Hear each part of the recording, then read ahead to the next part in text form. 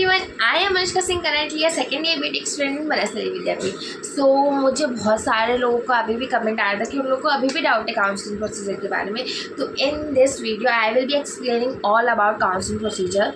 So without any further do let's get started. ठीक है guys, तो सबसे पहले मैं आप लोग को बताती हूँ कि आप लोग के पास ऑफ़र लेटर आ चुका होगा। ठीक है, और मुझे बहुत सारे लोग का ये भी कमेंट आया कि मेरे पास दीदी ऑफ़र लेटर नहीं आया है। तो मैं बता देती हूँ, जैसे कि मेरे पास ऐसे भी बहुत सारे लोग का आया कि वो मुझे कह रहे हैं कि हमने बनस्थली में कांटेक्ट किया और दे आर सेइंग कि अभी सेकेंड लिस्ट आएगी। तो ऐसा सेकेंड लिस्ट के बारे में मुझे तो कोई आइडिया नहीं, क्योंकि मेरे पास ऐसा कुछ इन्फॉर्मेशन था नहीं, है ना। पर मुझे बहुत सारे लोगों ने बोला कि हाँ, बोला गया कि सेकेंड लिस्ट भी आएगी। तो ऐसा होता है कि बहुत सारे अभी जिन लोग के पास ऑफर लेटर गया होगा, बहुत सारे लोग एडमिशन नहीं भी लेते, क्योंकि क्या पता उन लोगों को दूसरी जगह और ज़्यादा अच्छी ब्रांच और ज़्यादा फैसिलिटीज़ मिल रही हो, तो वो वहाँ एडमिशन लेना चाह रहे हो, तो इसलिए कभी कभी सीट रह जाती है, तो वो लोग सेकेंड लिस्ट भी निकाल दे शायद इस वजह से। तो गाइज़, इस बात पर मुझे कंफर्मेशन नहीं है। अगर आप लोग को ये मतलब कंफर्मेशन चाहिए तो आप लोग बनस्थली में ही कांटेक्ट करो, क्योंकि बनस्थली मेरा नहीं है, तो मैं एकदम प्रूफ के साथ तो कह नहीं सकती कि हाँ ये हो ही जाएगा। मैं जिस यहाँ पे एक आइडिया दे रही हूँ आप लोग को, ठीक है। और उसके बाद फिर अब जिन लोगों के पास ऑफर लेटर आ गया होगा उसमें एक डेट मेंशन होगी और एक टाइमिंग मेंशन होगा आपकी काउंसलिंग का, ठीक है। तो उस दिन और उस समय तक आप बनस्थली पहुँच ही जाना, आप लोग के लिए ही बेनिफिशियल है। इन माई केस, जैसे कि बीटेक है, बीटेक कोर्सेज़ के लिए ऐसा होता है कि ब्रांचेस होती है, तो जो होती है ना, अगर आप काउंसलिंग से लेट पहुँचोगे तो क्या पता मे बी अगर आपकी डिज़ायर्ड ब्रांच की सीट लेफ्ट भी होगी, अगर आप लेट पहुँचो तो वो फुल हो जाए और आपको आपकी डिज़ायर्ड ब्रांच ना मिले, तो ऐसा भी हो सकता है। तो अपनी काउंसलिंग के टाइम तक पहुँच ही जाना।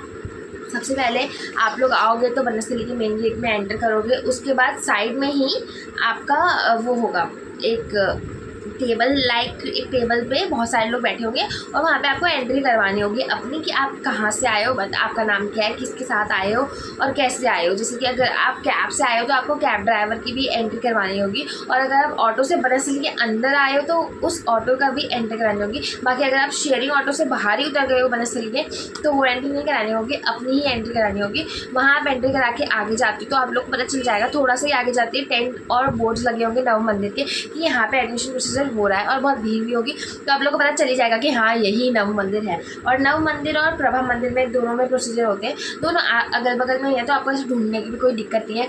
और मैंने बनस्थली का कैंपस टूर भी दिया है, तो उसमें आप वो वीडियो देख लेना, जिससे आपको आइडिया लग जाए कि हाँ कैसा है बनस्थली का, कि हमें कहाँ से कैसे जाना है, ठीक है।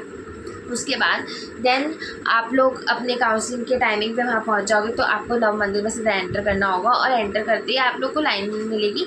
लाइन में आप लोग को अपना कोर्स बताना है और वो लोग आप लोग को फॉर्म दे देंगे, एडमिशन फॉर्म जो है, पूरा अपनी डिटेल्स जिसमें फिल करनी होती है, नए name, address, parents name, number, email ID, ये सब जो फिल करनी होती है, और वो सब करने के लिए वो आप लोग को फॉर्म दे देंगे और एक ऑडिटोरियम दे देंगे। वहाँ पे आप अपने पेरेंट्स के साथ जाके अपना फॉर्म फिल कर सकते हो, क्योंकि इसमें पेरेंट्स के भी साइन चाहिए होते हैं। तो वो सब फॉर्म फिल करने के बाद वो लोग आपको एक और फॉर्म दे देते हैं, जिसमें ना पूरा मतलब फॉर्म नहीं, इट्स काइंड ऑफ पेपर, जिसमें ना सारे स्टेप वाइज लिखा होता है कि आपको कौन से रूम में जाना है, कहाँ पे कौन कौन सा प्रोसीजर होगा, और वो स्टेप वाइज लिखा होगा और आपको वो स्टेप वाइज फॉलो करना होगा, ठीक है। वो पेपर मैं यहाँ पे साइड में अटैच कर दूँगी, ठीक है। तो इस पेपर को फॉलो करते हुए वो पेपर आपको उस दिन वहाँ पर मिल जाएगा, ये मेरे टाइम वाला पेपर था, ठीक है। वो पेपर को फॉलो करते हुए आपको जाना है, जो लिखा होगा वो चीज़ फॉलो करनी है, यस। और मेडिकल एग्जामिनेशन भी होगा। मेडिकल एग्जामिनेशन में ज़्यादा कुछ नहीं होता है, जैसे आप लोग का हाइट मेजरमेंट होगा, वेट मेजरमेंट होगा, और आई साइड चेक होगी। जो अल्फ़ाबेट वाला जो चार्ट होता है वो आप लोग को पढ़ना होता है, बस इतना होता है मेडिकल एग्जामिनेशन में।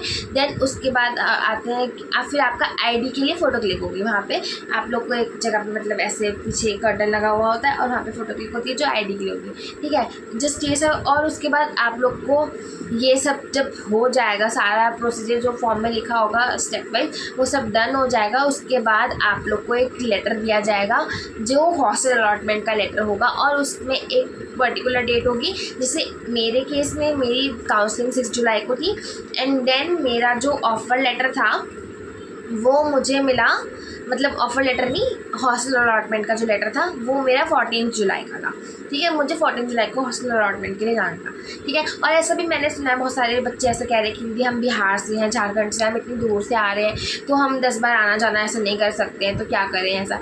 तो गाइज़ आप लोग वहाँ पे अभी टेम्प्रेरी हॉस्टल भी ले सकते हो, वहाँ पे रुक सकते हो आप, और जिस दिन आपकी हॉस्टल अलॉटमेंट की डेट होगी उस दिन आपको हॉस्टल अलॉट कर दिया जाएगा, ठीक है। मैं दिल्ली में ही रहती, तो मैं वापस घर आ गई थी। देन मैं 14 जुलाई को सारा सामान लेके गई थी। पर आप काउंसलिंग में भी अगर आप पक्का आपको है कि हाँ आप एडमिशन ले ही रहे हो, तो आप अपना सारा सामान लेके जाओ, काउंसलिंग करवाओ, एडमिशन लो और वहीं पे टेम्प्रेरी हॉस्टल अलॉट कर लो, ठीक है गाइस। इतना सिंपल सा प्रोसेस होता है बस, ठीक है। और अब अगर अभी भी कोई डाउट बचा है तो कमेंट कर देना, मैं रिप्लाई दे दूँगी, ठीक है। और follow me for such content related to Banasthali, subscribe and stay tuned.